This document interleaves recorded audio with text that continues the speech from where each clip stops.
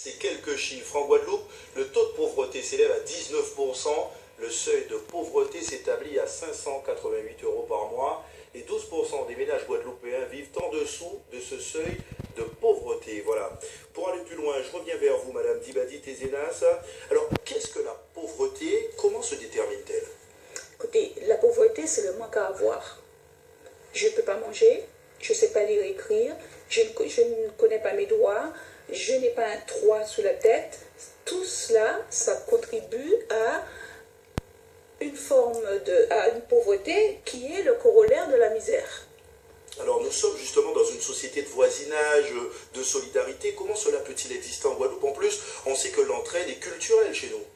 Tout à fait, tout à fait. Il faut se poser peut-être la question de savoir quels sont les impacts négatifs de toute cette politique sociale que nous, depuis quelque temps, que nous engageons. Maintenant, est-ce qu'elle est bien orientée? Est-ce que c'est vraiment celle-là qu'il nous faudrait?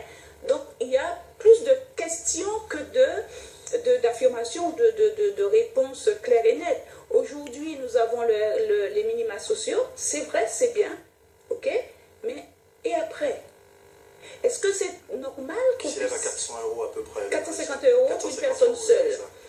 Sur ces 450 euros, il faut payer les résiduels loyers, les charges, la nourriture, etc., etc. Donc la partie culturelle, se payer une place de cinéma, ça n'existe plus. Okay? Or, nous sommes une population, nous avons une culture où la joie de vivre, le loisir, quelle que soit la forme de ce loisir, il a toujours été présent. Aujourd'hui, on ne peut pas. Comment se débrouille-t-on justement? Où trouver de l'aide? Mais aujourd'hui, malheureusement, nous sommes dans une société de la débrouille. Il faut le dire. Bon, où trouver de l'aide? Vous avez un certain nombre d'associations telles le Secours catholique, Secours adventiste, Croix-Rouge, etc. Ce sont des associations qui ont compris que si on ne se met pas ensemble pour venir en aide à notre prochain, on n'y arrivera pas. Aucune association aujourd'hui sur ce territoire ne pourrait dire que, bon, moi je vais éradiquer la pauvreté ou autre. Il faut